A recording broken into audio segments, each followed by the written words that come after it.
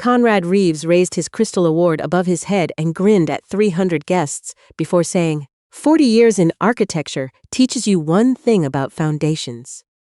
You have to keep building, even when the people around you stop.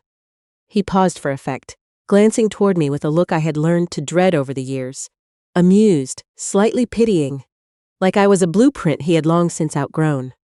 The laughter that followed felt polite, uncertain. I sat at table 4 with my hands folded in my lap, wearing the blue silk dress my son Quinn had helped me choose 2 days earlier, while across the ballroom, a woman named Dana Holt smiled into her champagne flute, like she already knew the ending of a story I was still in the middle of surviving. What nobody in that room knew, not the city councilors, not the old university colleagues clapping in their tuxedos, not the journalists with their cameras, was that I had spent the previous 3 weeks preparing something that was about to make this the most memorable evening of Conrad's career. Just not in the way he planned. If you have ever been the person standing quietly beside someone else's success, carrying weight no one thinks to name. I want you to know this story is for you. Tell me where you're watching from tonight. I read every single comment. Because your stories remind me that none of us are ever truly invisible, no matter how long someone has tried to make us feel that way. People used to say that Conrad and I were the kind of couple that made long marriages look easy. 40 years. 2 children, our son Quinn and our daughter Bridget. A house in the Glebe neighborhood of Ottawa with a maple tree in the front yard that Quinn climbed every autumn until he was nearly too tall to bother. A husband whose name appeared in the Ottawa Citizen every few years whenever he won another commission or spoke at another conference. And me, always standing slightly to his left in photographs, always composed, always wearing clothes I had ironed carefully, because I knew people noticed such things. Maybe once I truly belonged in those photographs. When I met Conrad, he was 28 years old and hungry for everything. He had ideas that spilled out of him, like water. We used to sit up past midnight in our small apartment near the university, spreading his drawings across the kitchen table, while I listened to him describe the cities he was going to build. He made me feel like the only person in the world who truly saw him. I had wanted to become a landscape architect.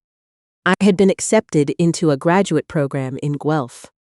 A fact that still sits somewhere inside me like a stone I never quite learned to put down. Then Conrad received a major commission in Ottawa, the kind that comes once and does not wait. We agreed it would only be a few years of postponement. A few years became 4 decades. I raised our children largely alone, the way women of my generation often did. Not because our husbands were absent entirely, but because they were present on their own terms. I attended the school concerts. I managed the household accounts. I cared for Conrad's mother during her last 2 winters when she could no longer manage the stairs alone. I read every blueprint he brought home, asked the questions that helped him find his mistakes before anyone else did. I was the quiet infrastructure of his success. And I think somewhere I always understood that, but I told myself it was enough to have built something real together. The strange thing about being useful is that people stop noticing when useful becomes expected. Conrad's career grew slowly at first, then all at once. He was cited in federal reports. He gave keynote lectures at universities.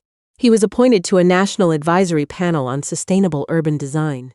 And with each new recognition, he seemed to become incrementally less interested in the version of himself who had once trembled proposing to me over dinner in February, apologizing afterward because the restaurant was too expensive for what he could afford that year. I noticed the changes in small ways first. The way he stopped asking my opinion on proposals. The way he began saying, "You wouldn't understand the politics of it," when I raised questions. The way he introduced me at events as simply, "My wife, Gail," nothing more. As though the years behind that introduction required no acknowledgement. Then came the comments. "You've really let yourself go a bit this year," said over dinner casually, the way someone mentions the weather. "You know, confidence is half the battle at our age, Gail. You might try a class or something. These things can be exhausting if you're not in the game anymore." Each one landed like a stone dropped into still water. No bruise, just the slow, spreading ripple of doubt, moving outward until it touched everything. The first sign I allowed myself to notice was the cologne. Conrad had worn the same scent for 30 years. Cedar. Something faintly like bergamot, familiar in the way that a person becomes familiar when you have shared a life with them. Then one Tuesday morning he came downstairs wearing something sharp and unfamiliar, expensive, in the way that announces itself before you have fully decided to notice it. I almost said something. Instead, I watched him check his reflection twice in the hallway mirror before leaving for work. Men who are content with their lives do not reinvent themselves at 63 without reason. His phone changed next. For most of our marriage, it had lived on the kitchen counter or beside the bathroom sink, forgotten. Suddenly, it became an extension of his hand. Face down on every surface. Password changed overnight. Taken into rooms it had never visited before. One evening, I walked past the study and heard him laughing. Not the careful, measured laugh he used at client dinners, but something younger, private, the kind of laugh I had not heard from him in years. When I pushed the door open slightly, he turned immediately, and his entire expression reset, like a screen going dark. "Just a call with the Vancouver office," he said. The Vancouver office does not typically call at 9:30 on a Wednesday evening. I told myself I was being unreasonable. Aging does strange things to long marriages. People drift. It did not have to mean what I feared it meant. Then I heard him say a name. Dana. Not in the context of a project. Not the way you say a colleague's name across a conference call. Gently, privately, the way you say the name of someone who has become important to you in ways they are not supposed to be. I stepped backward into the hallway and stood very still. My hands were not shaking. That surprised me. I had always imagined discovering something like this would feel explosive. Instead, it felt like the moment before a storm, when the air goes completely quiet and everything becomes too still. I called my oldest friend, Sheila Vance, the following morning. Sheila had worked as a forensic accountant for the federal government for 26 years before early retirement. She was the most methodical person I had ever known and the least interested in drama for its own sake. When I told her what I suspected, she did not tell me I was imagining things. She asked one question. "Do you have access to your joint accounts?" Within 48 hours, Sheila was sitting at my kitchen table, going through 3 years of financial statements, with the focused attention of a person trained to find what people hide. She found it within the first hour. Repeated charges to a boutique hotel in the Byward Market. Expensive. The kind couples choose when they want privacy. Charges to restaurants I had never visited. A recurring transfer to a rental property management company that neither of us had ever discussed. And finally, tucked into a business expense category that Conrad presumably assumed I would never examine. 14 months of contributions toward a lease on a condominium on Sparks Street. Sheila pointed to the tenant name on the digital rental agreement she had tracked through the property management company's records. Dana Holt. I looked at that name for a long time. Dana Holt, 31 years old, junior associate at Conrad's firm. Emergency contact, Conrad Reeves. "He's been paying her rent," I said. "For 14 months, Sheila said quietly. 14 months. That meant while Conrad was kissing my forehead goodbye each morning, while he was sitting across from me at Sunday dinners, discussing the children's lives and the maple tree in the front yard and whether to repaint the kitchen, he had already been building something else entirely. Something financed with the money we had built together over 4 decades. Sheila gave me the name of a retired investigator, a careful woman named Roberta Price, who had spent 20 years handling financial surveillance cases for a private firm in Canada and worked without flourish or commentary. She simply documented things. 2 weeks later, Roberta delivered a sealed folder. Photographs. Conrad and Dana at a restaurant on Sussex Drive. Conrad holding her hand along the Rideau Canal pathway on a Sunday afternoon when he had told me he was reviewing plans with a client. Conrad. Outside the Sparks Street condominium at 7 in the morning with 2 coffee cups in his hands, pausing to say something that made her laugh before she took her cup and disappeared back inside. And then, the photograph that made my chest hollow out completely. Conrad and Dana sitting together at Murray Street Kitchen, the restaurant where he had proposed to me 39 years ago on a February evening. when the city was buried in snow. And he had trembled so badly holding the ring box that I had steadied hands with both of mine. He had taken her there. I held that photograph until the edges felt warm from my grip. Then I set it down carefully and made myself a promise. I would give Conrad one final opportunity to choose dignity at his award ceremony. And if he chose otherwise, I would stop protecting him from the consequences of who he had decided to become. The Rideau Chapter Architecture Gala was held on the last Friday of October at the Chateau Laurier Ballroom.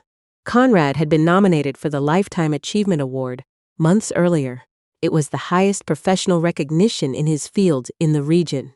300 guests, national press, a live stream for industry professionals across the country. He had barely spoken to me in the week before the ceremony. He was focused, he said, in the zone. He did not ask what I planned to wear. He did not ask if I was nervous or proud or what I hoped the evening would feel like for our family. He did tell me, 3 days before, to please not monopolize his time at the reception, because there were important people he needed to speak with. I wore the blue silk dress and said nothing. Our daughter Bridget arrived at the event already slightly tense, the way she had been for months, too quick to change subjects whenever I tried to speak honestly. Conrad had been speaking with her privately. I could tell by the particular way she avoided my eyes when I mentioned anything beyond the surface of daily life. He had been constructing a version of me, anxious, difficult, reading too much into ordinary things. That would make anything I later said easier for people to dismiss. Quinn drove separately and found me near the entrance. He looked at my face for a moment before saying anything. "You okay?" "I will be," I said. He stayed close all evening without being asked. The ballroom at the Chateau Laurier is the kind of room that makes people feel significant simply by standing inside it. Stone arches, long chandeliers, the murmur of 100 conversations at once. Conrad moved through the space like he had been designed for it, pulling people into laughter, tilting his head to listen with performed attentiveness. I watched him from a distance and felt something I had not anticipated. Not grief, clarity. Dana Holt arrived 30 minutes into the reception. I recognized her immediately. She wore a dark green dress and spoke to Conrad's colleagues with easy confidence, the kind that comes from months of practice in rooms you have been quietly prepared for. When she finally approached Conrad himself, his posture changed in a way that was invisible, unless you had spent 40 years learning how that particular body moved through space. He introduced her to 2 city councilors standing nearby as our firm's rising star. Not our colleague Dana, our firm's rising star. She lowered her eyes modestly and touched his arm when she laughed at something. He said, "The way you touch a person when the habit of touching them has become so ordinary it no longer registers as a choice." The minister standing with them noticed. He looked away. The room was full of people noticing things they had collectively decided not to name. Dinner was served at 8. Conrad and I sat at the head table together. Dana was placed 2 seats away, close enough to be included in every conversation, positioned with the casual confidence of someone who believes she is already the protagonist of a story still pretending to belong to someone else. Halfway through the main course, Dana leaned slightly toward me. "You must be very proud of everything Conrad has built," she said pleasantly. I looked at her steadily. "I've had a front row seat for 40 years. She held my gaze. "Men like him just keep growing, don't they? Some people have that capacity." I set down my fork with great care. "Some people grow," I said. "Others simply consume what was already built for them and call it their own ambition." Her smile shifted, just briefly. Then Conrad returned from greeting someone and the moment dissolved into politeness. At 9:15, the program director took the stage. The ballroom quieted. Conrad straightened his jacket. He was gracious at the podium. He was warm. He thanked his firm, thanked the committee, named colleagues going back 30 years. Everything the room expected. And then, about 4 minutes in, something shifted. 40 years is a long time, he said, and his tone changed, became intimate with the audience in a way that I recognized immediately. A way that excluded me specifically while making the exclusion invisible to anyone who didn't know what they were looking at. And what those years teach you is that not everyone grows at the same pace. He glanced toward our table. Not directly at me, but close enough that every person at the table understood. Some of us keep reaching. Some of us find a comfortable altitude and stay there. Uncertain laughter scattered through the room. My family has supported this journey, he continued. But I think if I'm being honest, and I've always believed in honesty, the most significant growth in my career has come from surrounding myself with people who still believed the best work was ahead, not behind. He did not look at Dana when he said it. He did not have to. Bridget had gone completely still beside me. Quinn's jaw had tightened. I sat without moving while Conrad finished his speech. About legacy, about refusing complacency, about the courage it takes to still see yourself as someone with a future when the world has quietly started categorizing you as past tense. Each sentence was elegant. Each sentence was a small, precise cruelty delivered with a smile. When he finally raised his award, and the room filled with applause, I was already standing. Quinn touched my arm, not to stop me, to tell me he was with me. I walked to the stage. Conrad saw me coming and something uncertain entered his expression. Not alarm yet, just a brief recalculation. I reached the microphone. "Thank you," I said clearly, "for the generosity of this evening, and thank you, Conrad, for being so forthcoming about what these 40 years together have meant to you." Soft, confused laughter from the audience. Conrad forced a smile at the crowd. "I'd like to share something I prepared," I said, "a small tribute of my own." I looked toward the audiovisual booth at the back of the room where a young technician named Jake, whom I had spoken to 3 days earlier when I came in under the pretext of reviewing floral arrangements, nodded once and accepted the signal. The house lights dimmed slightly. The screen behind the stage filled with light. The first images were ours, our wedding day, at a small church in New Edinburgh, both of us bright with the particular confidence of people who have not yet learned what certainty costs. A photograph from our first apartment, his blueprint spread across the kitchen table while I sat across from him holding a red pen, finding his errors before his clients could. Quinn as a newborn, Bridget at her first piano recital, the maple tree in our front yard through the years, gold and green and bare by turns, marking time the way only things that outlast us can. A quiet murmur moved through the ballroom. People were smiling. Conrad had relaxed slightly. I could see it in his shoulders, the assumption that this was still his story, still his evening, still under his control. Then my recorded voice came through the speakers, low and steady. 40 years ago, it said, I chose this man. I gave him the years I had planned to use for my own future. I attended his events alone while he focused on his ambitions. I raised his children, cared for his mother, kept the infrastructure of his life functioning so quietly that he eventually forgot it required any effort at all. The room had gone completely still. I did not know until recently that while I was doing all of this, he was also doing something else. The family photographs faded from the screen. What followed was a hotel receipt from the Byward Market property, dated 14 months prior. Then the rental agreement, tenant Dana Holt, emergency contact Conrad Reeves. Then the financial records Sheila had organized, highlighted and precise. Then a photograph of Conrad and Dana on the Rideau Canal pathway on a Sunday afternoon. Then the photograph at Murray Street Kitchen, his arm around her waist, her face tipped toward something he had just said. The sound that moved through the ballroom was something between a gasp and a held breath.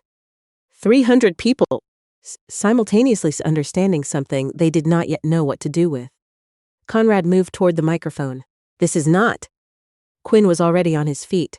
Dad, quiet, final, the way you speak to someone when you mean every syllable. Don't! Conrad stopped. The screen continued. The last image was a white background with 3 lines of black text. I was not his foundation. I was his footnote. Those are not the same thing. The screen went dark. What followed was the most complete silence I have ever experienced inside a public room. Then Dana Holt stood up. I had not planned for this. I do not think she had planned it either. It looked less like a decision and more like a body acting before the mind could intervene. Her chair scraped back audibly. Every head in the room turned. You told me she already knew, she said, not loudly. But into silence every word carried perfectly. Her eyes were fixed on Conrad. "You told me it was already over between you."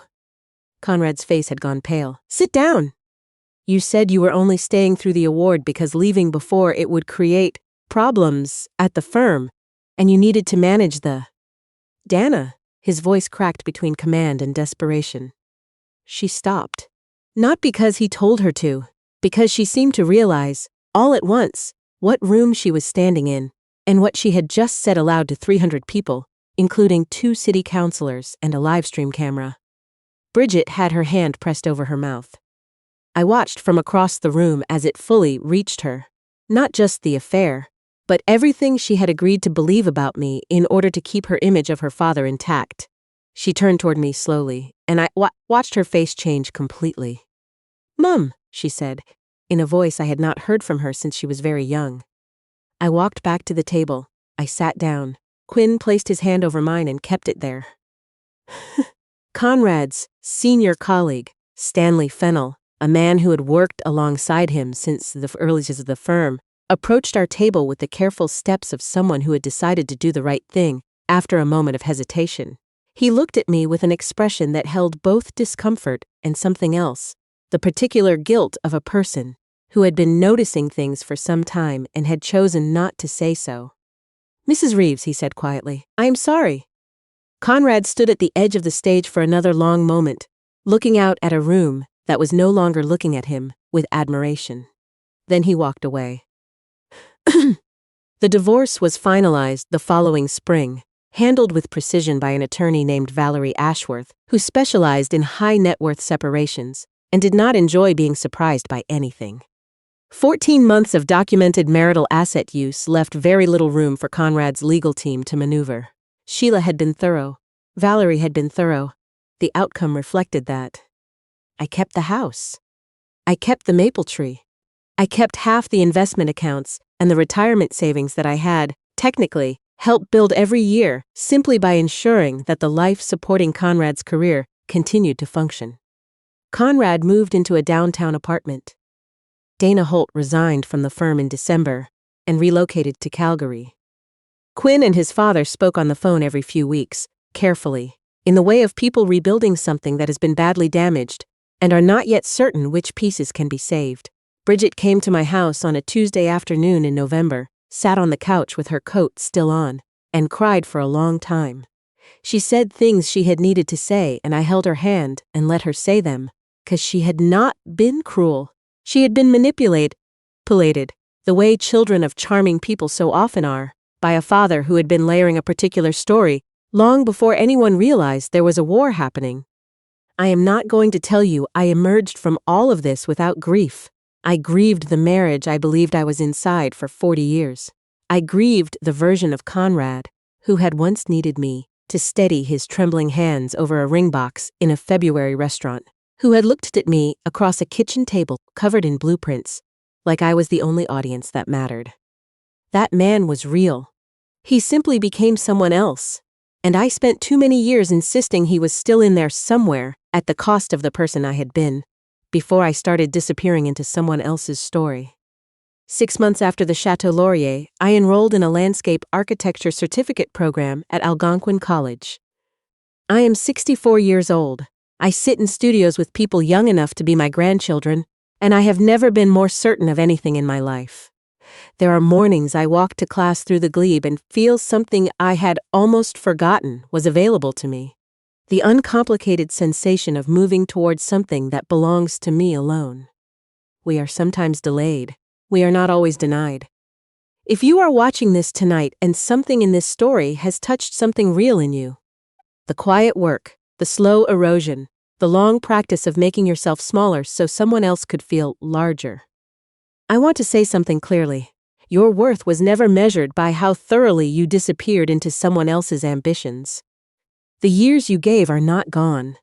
They are still inside you, waiting to be pointed in a new direction. You are not too far along in your life to begin. I promise you that, because I am living proof of it. Tell me where you're watching from tonight.